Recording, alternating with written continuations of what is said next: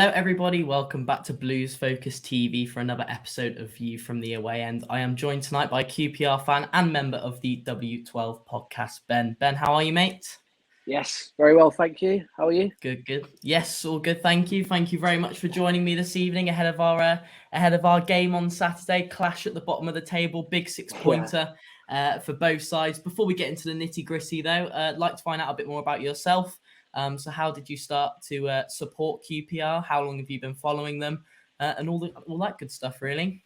Yeah, well, it's a family legacy, unfortunately, where it's passed on. You know, it's not something that you choose, I guess, to go and support QPR, especially in London when you got all the big teams around. But actually, saying that, back in the sort of 90s, the older generation remember QPR were pretty decent back then. We were a top London club in the sort of start of the Premier League era, so that was when I first really started going. So at the time, it was a good, you know, it was a fairly big club. But as time's progressed, we've digressed as a club, I guess. But yeah, been going 30 years. Yeah, Hammersmith area. So yeah, unfortunately nice. for my sins, we yeah.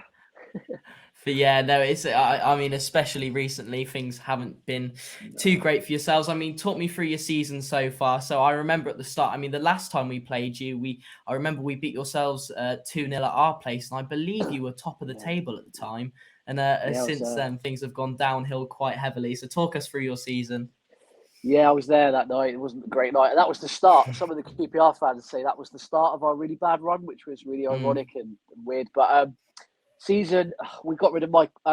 We didn't renew Warburton. Mark Warburton's contract in the summer, which was contentious because it's a pretty solid manager. But we had a real dismal end to the season. Last season, we at sort of January, February time, we were second, looking like we were at least going to get the playoffs. And then we went on another losing run. We won 2 in like 14 again. So he left in the summer. Mickey Beale joined in. Michael Beale. Steve Gerrard's assistant now at Rangers. Everything was rosy, really. He brought in some seemingly good loans in Tyler Roberts, you know, Ethan Laird, brought in Leon Balogun. We brought in a youth Kenneth Powell on the left back who was at PSV. He had Cher and Willock performing at the highest level, which when they get going, they're really good football players. So everything was really good. We were top in October. And then the link came with Wolves. I don't know if you remember it. He got linked to the Wolves job. And ever since then, we've just been on a downward spiral. If you looked at the league table since that moment, I think Birmingham was like one of the games in between there. It's literally a downwards trend ever since then. He obviously left to go to Rangers on a bit of a, he said that he wanted to stay and he wasn't going to jump ship and this is a project and all that. And then he left 2 weeks later to go to Rangers. Got in Neil Critchley, and who's similar to Beale, they're friends. I think the club thought maybe that bringing him in, there wouldn't be that big transition and he could just pick up where he left off. But it didn't go like that. He won one game in 14. We lost to Fleetwood in the cup. And now we've got Gareth Ainsworth in, who's a completely different manager to the other two. And he's trying to pick the boys up. And we've got a horrendous injury list. All the players I've just mentioned that Beale brought in, not one of them has played since he's gone, pretty much. So we've got Cher and Willock are out injured as well. Dykes has been with pneumonia. He came back last week. So we have been real down to the bare bones. We've got 2 19-year-olds playing fullback. So it's not been great. We managed to get a win at the weekend against Watford somehow. Yes. I mean, they were really poor, really poor. You played them recently, didn't you? I don't know how they weren't poor against us. They battered us 3-0. So a bit of a polar opposite result for us. Yeah, they weren't great against us. Not at all. They couldn't pass the ball, which really. And then going into Tuesday, we thought, right, we just needed to beat Blackpool and we'd be safe. And then we go and do that. I mean, 3-0 down within 10 minutes, 6-1. I mean, I don't know what Gareth Ainsworth does this weekend, but that's pretty much. Yeah. Sorry to go on, but our season's been. There's a lot's happened. I know. I can't quite believe it because I knew when we last played you were doing pretty well, and I'm not a person, Blues are normally right down there, so I don't want to check the table too often. But sometimes I just have a and I couldn't believe it because I knew you'd had a bit of a decline, and I knew you were down there, but I didn't realise things were that bad for you. Looking at the table, we've won the exact amount of games, drawn the exact amount of games, and lost the exact amount of games. And as you said, compare that to November, December time when you were like top 2, top 3. I mean, it just must be awful to watch. I mean, in terms of like, I know you said you've had a few injuries of late, and obviously a few managers has changed. You obviously went from Critchley to now Gareth Ainsworth, but can you just pinpoint, is it the injuries? Is it the constant changing of managers? Are just things that unsettled at QPR? Yeah, I mean, it's a great question, and one that we often talk about on our pod ourselves, trying to understand and pick at the bones to know where the issue lies. But as I said earlier on, we had the similar run last season. At the end of last season, we won 2 in 14. Previous season to that, we won 1 in like 9 or 10. So it's not something. It's something that's fundamentally in the club. When we are struggling, we seem to just fall off a cliff every time, every season. So I think there's something within the club's mentality and attitude. The change of managers never helps, and the injuries don't help either. We could field an 11, a better 11 of injuries than we will do on Saturday, which just tells you everything that you need to know, really. Our main back four's out. The back four that got us top is all out. Oh wow. Yeah, so not great, mate. No, do so you know the reason for these things. injuries? Do you know why these injuries are coming up? Just overplaying, or like squad depth? Have you not got enough depth, or? Well, I mean, if everyone's fit, then yeah. But I mean, if you've got 11 players out injured, how much squad depth more can you have than that? Why these players? I mean, a lot of hamstrings. It seems to be everyone's out with hamstrings, so I don't know. I reckon, and it's a personal view, that a couple of people are not up for the fight. Some people like Tyler Roberts has come in and he probably thought we were going to be up there, and we're now fighting relegation. He seems to get an injury every week, comes back for 20 minutes, and then you don't see him for another 6. So mate, it's a bit of both. Yeah, I mean, it's such a shame injuries have killed your season, really, because I was going to ask you, one of my later questions was going to be, who should we as Blues fans be looking out for at the weekend? Who are your real threats? But if you're saying Elias Chair's injured, Chris Willock's injured, lots of players are injured, I mean, who should we be looking out for at the weekend as your real threats? Yeah, we don't have much, mate. I'm telling you. I'm not just saying that. I mean, Elias Chair's close to coming back. We might see him on the bench or come in, or I'm not too sure. I mean, we've got Lyndon Dykes up front and Chris Martin. We've had to rope him in as a free in the last, in February, because we're that short. We've got Jamal Lowe, who can be pretty decent on his day, but again, I'm not too sure he's up for the fight on loan from Bournemouth. He's not been great the last few weeks, but I'd say them 3 are pretty good, pretty decent. But outside of that, mate, there's not a lot. Yeah, I mean, I've been looking at some of your recent results here. I mean, obviously the 6-1 loss at Blackpool, but you did beat Watford 1-0, 3-1 against Rotherham, a 3-1 loss, 3-1 loss to Blackburn, 3-1 loss to Middlesbrough. So although you are conceding a lot of goals, those last 5-6 games, you have scored goals as well. So where are those goals coming from? Yeah, a couple of penalties, mate, I'd say. Yeah. I mean, Lyndon Dykes and Chris Martin at home will probably cause you some trouble up front. They're quite physical. We'll get balls. Gareth Ainsworth, I'm sure, will go long. We've got a couple of lads that do long throws, which is something that I hate watching at Loftus Road. There's clubs that do that. And we've suddenly just turned into this team. We've got a youngster who can throw it really far, and he's doing that. And we've got the big lads. So you'll see us do a bit of that, I would have thought, on Saturday. But I think Gareth Ainsworth just trying to get some points on the board, because we're not a million miles. We probably need a couple of wins, just like yourself. A couple of wins and a draw will probably 48 points. Will probably see you safe, I'd say. So he's got to do what he's got to do, I guess. So probably the 2 lads up front, 3 lads up front, Lowe, Martin, and Dykes. That'll probably be where the goals come from if we do score. Yeah. It's funny you touch on the long throws, because we have a player called Mark Roberts, been at the club for the last 4 or 5 years, and often when he's on the pitch, he uses a long throw, and us as fans as well, we hate it because he seems to do it maybe 3 or 4 times a game. In the last 4 or 5 years, we've been using the long throw, and I'd say it's probably worked once. It or never goals works. come off the back of it. It's such a pain, isn't it? You just want them to go short and get the ball into the box. But I think because they're so loopy and they're so easy for the keeper to either collect or defenders to clear, it just doesn't work, does it? Well, it causes a bit of chaos, and then everyone thinks, "Oh, it might work," and it just never does. Like, Yeah, it just, you know what I mean? Like, there's no eventually point. someone will I kick it out. cannot stand it. Cannot stand it. But I mean, looking at your results again, you seem to be conceding an awful lot of goals at the moment. Is that just the amount of injuries at the back, or is Yeah. it the way you set up? Is it just your style of play? Your more attacking side? Probably no. I'd just say our whole main back, like we've got Ethan Laird, Clark Salter, Balogun, and Kenneth Powell all have been injured, and that's our back four. That's actually our back four. So, yeah, mate. And when we concede a couple, we just, or when we lose him, we just seem to we don't seem to come back. So I'd say if you score first on Saturday, there's a good chance you'll win the game. Yeah. And you mentioned Jake Clark-Salter there, and I want to ask you about him because he obviously was on loan with Blues a season or two ago prior to his injury. What's he been like for you? Injured, mate. He'll play a couple of games. Good defender. I like him. When he plays, we're better. We're much more solid.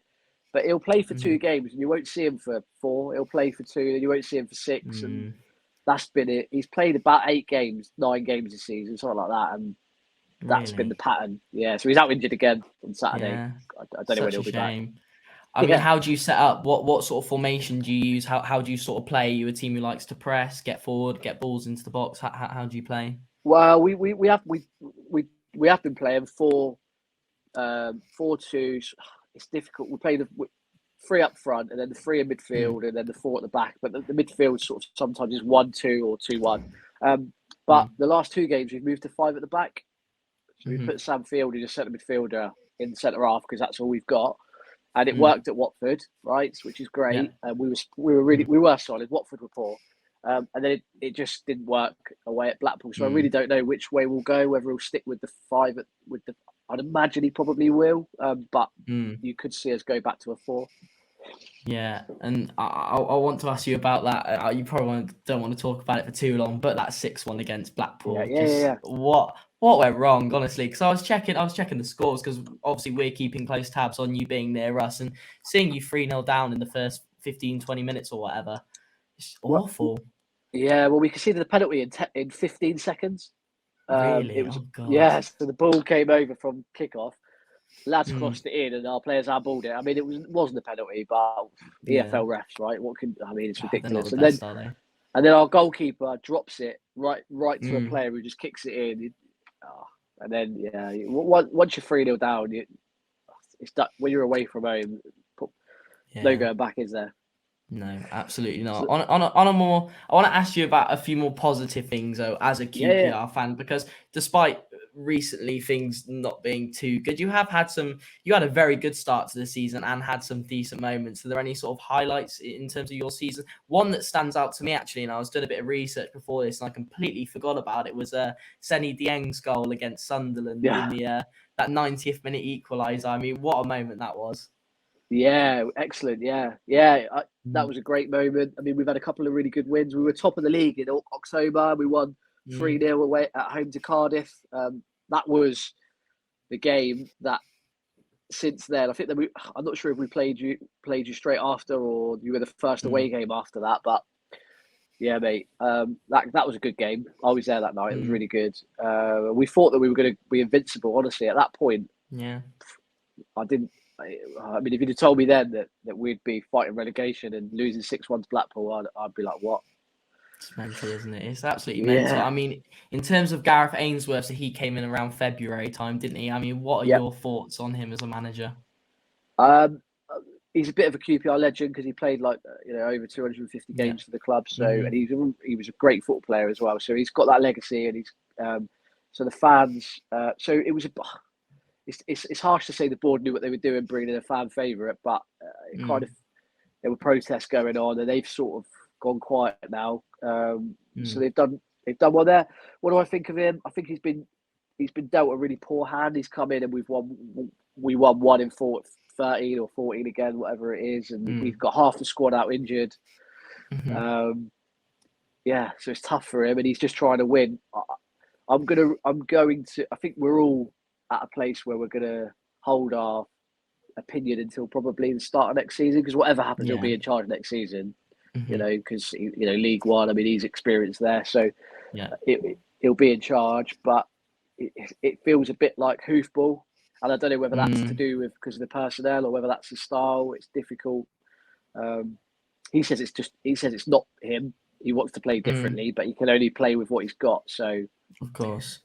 And I've got to ask you, I'm sure you've seen it. I've got to ask you about that video. I've seen it a few times now, banded about on Twitter with that bloke coming in and just making a load of noises. And I mean, what on earth was that all about?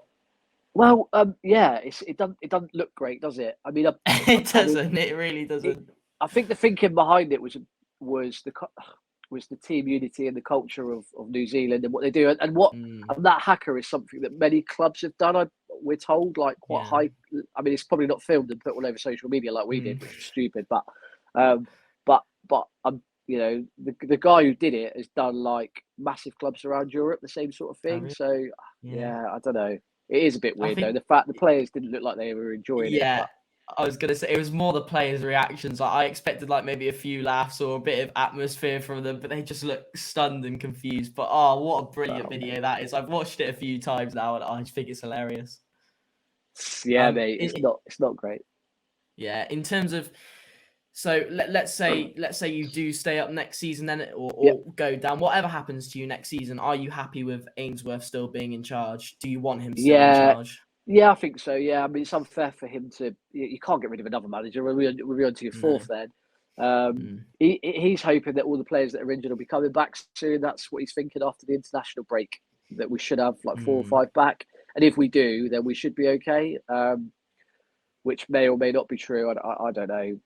But yeah, I'm happy with it. Yeah, I mean, there'll be changes at board level. We've got Les Ferdinand, who is the DFO, Director of Football. He's getting a lot of stick at the moment. He could be gone, I think, possibly. But look, the owners, we've got great owners, really, in relation to the fact that they pump in so much money into the club. They've just made really poor decisions, but it's one of them. And it's better the devil you know with what you've seen out. I mean, you'll know that with owners and stuff like that. Yeah, of course. What they can do to the clubs.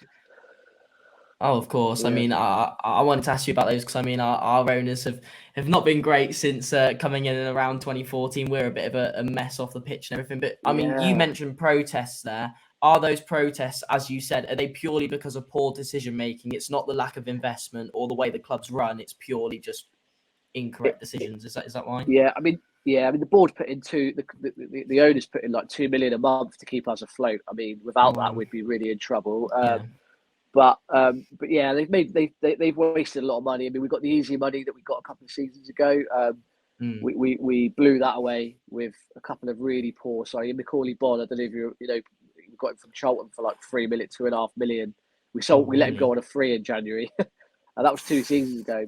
So stuff like that. There's a couple of players that we also bought in that we wasted. We wasted all the Premier League money as well. That was like 7-8 years ago. We wasted all of that. So I think, the protests were aimed at just the way the clubs run. But I always say that sometimes with owners, you just got to be careful. But Les Ferdinand could be the one that gets the bullet, I think, come the summer. Yeah, I was going to ask, do people want the owners out then? Do they want a change in ownership? Some people do, some people don't. Like I said, they're not. It's not like everybody's on board to get rid of them. People understand that we need them.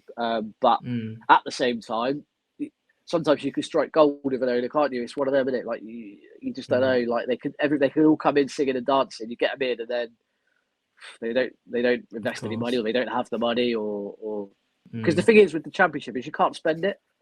No. Even if you've got it, you can't spend it because it's all to do with FPP and all that FFP. So yeah, mate. Yeah, and in terms of your future then, so my first question to you would be, do you think you'll stay up this season? And then say you do stay up or you go down, just what does the future look like for QPR, do you think? I think we've got you next and Wigan next, Wigan away. That's our next 2 games. If we can get 4 points from that or more, I think we'll be okay.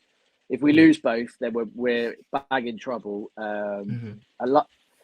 I mean, we are gonna get some players back injured, so we might be okay. Like, I don't know what you think, but whether you think you're safe or how many points you think you need. But I think we only need a couple of wins. And there's, when you look at our fixtures, there's definitely a couple of wins in there. Yeah. I was going to ask I'm kind of relying on points deductions. I know Reading are looking like they're going to get some. We're going to get some. Are you guys getting some as well?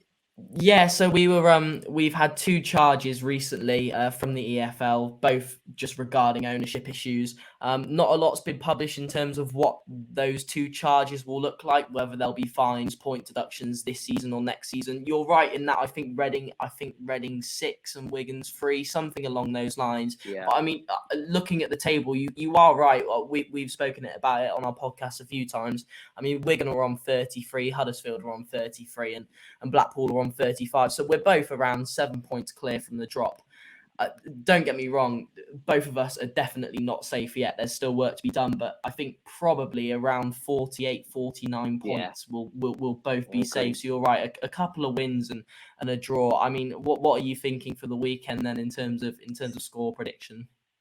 I don't know, mate. It's a tough one. It is a tough one. Yeah, I'm not sure. Don't know. We could lose 3-0 to you guys. I know that might seem mad to you, but we could really easily. But we might grind out a 1-0 or 2-0 win or something like that. So a draw, possibly 1-1 is what I said to someone this morning. So maybe that. But look, mate, I would go there with a bit of confidence. I mean, you'll see this as a good opportunity for you to pick up some points as well. So. Yeah, I don't know what state you're looking like. What are you in? Yeah, I mean, we've been struggling big time as well recently, to be fair. We did get a good result against Rotherham on the weekend, 2-0. We both won on the weekend, but then we had a poor result against Watford, which was a 3-0. I mean, since the World Cup, we've sort of been in a similar boat to you, really, in that prior to the World Cup, around November, December time, we were looking pretty good. And since then, certainly after the World Cup, things have just significantly crashed and gone downhill for us. So I'm probably in a similar boat to you in that I'm probably thinking, it's such a tricky one because, as I said, we've both won the same amount of games, drawn the same amount of games, lost the same amount of games. We're both conceding a lot of goals, not scoring a lot of goals. It's such a tricky one. I think probably a point is I'll just about be happy with a point. I could probably see a point apiece. Sadly, we're really struggling for goals at the moment, and very rarely a game goes by where we don't concede 1 or 2. So I'm same here. Probably be 0-0 on Saturday then. Honestly, it wouldn't surprise me at all. And I don't think I'd be too opposed to a 0-0. I mean, looking at your goal, I always see goal difference as an extra point, and we're quite lucky in that we've got a -9. And I think from the bottom, from 17 and below, we've got the best, to be fair. You're on -20, which is quite a heavy goal. I know Blackpool certainly didn't help with that. Yeah, mate. Last few weeks has killed us, mate. We lost, like I said, 3-1 3 times, 6-1. So mate, not good. No, but I mean, look, if we are relying on goal difference to stay up, then we deserve to go down considering where we were. So it's one of them. I guess my final question to you then is: you said you've got owners who are happy to invest. So, do you think your team could be looking quite different come next season? Because when I looked at your team earlier, quite a few of the names I recognise. I don't think it looked. You might disagree, but I didn't think it looked too different from last season. Do you think it could change heavily over the summer with investment? Yeah, I think so, mate. Yeah, I think Gareth Ainsworth will want to put his own players and I don't think we've got much money again to play with. We've invested quite a lot of money in loans. We had some really high-profile loans over the last couple of seasons, which cost us quite a bit of money. We haven't spent an awful lot, but we do spend quite a bit on wages, which we won't be able to do next season apparently. So although we're getting closer to FFP, the 36, 39 million over 3 seasons. So I think that we'll be relying on Gareth Ainsworth to bring in some players from sort of the lower leagues. We'll still reliant on a few frees and loans from the Premiership. I think that's how we'll go again next season. Of course, no, absolutely. How's John Eustace doing? Because there was rumours that when we sacked Critchley that we made some sort of approach. I do remember that, and you've reminded me of that because I forgot, to be honest. John Eustace is very mixed opinion in terms of, I guess, the point of view from Blues fans. Funny enough, I saw a poll on Twitter about a week ago saying he Eustace in, Eustace out, and it was a 50-50 split. I think the majority of fans are definitely very upset with the results of late because, as I said, we really have been horrific recently, both on the pitch and off the pitch as well, which isn't Eustace's fault, of course. I do quite like him. He's proven he can get results, and it's a funny one. I said this last night. We'll have the odd performance where we'll just go on a 3-4 game losing streak, and then we'll just pull a result out of the bag from nowhere. So like Rotherham at the weekend. Don't know if you remember the 2-0 against West Brom for us, which was a fantastic result. So yeah, he's a bit of a funny one. It's not really working at Blues, but I can 100% see it working somewhere else. I do think he's probably I think Championship League One level is about his level at the moment. And I do want it to work for him, to be fair, because he seems like a good bloke. And as I said, he's proven he can get results. But I do remember, he was close to coming to you, wasn't he? Yeah, I think we inquired about a few people, and I think Eustace was one of them because obviously he's known quite well within the hierarchy at the club. So. Of course. But yeah, that's all my questions for you, Ben. So thank you very much for coming on. I really do appreciate it. Where can people find or find your podcast if they want to find out all about QPR? just type in W12 Podcast on any social network and stream, or even on any podcast, Spotify, Amazon, Apple, stuff like that. You can give it a listen, and I was going to say good luck for the season, not for Saturday, but I quite like Birmingham away day. So yes, no, it is a good little away day. But thank you very much, Ben, for joining me. Really do appreciate it. Thank you very much for yourselves watching at home. I hope you did enjoy, and we'll see you on Saturday at QPR. Keep right on, guys.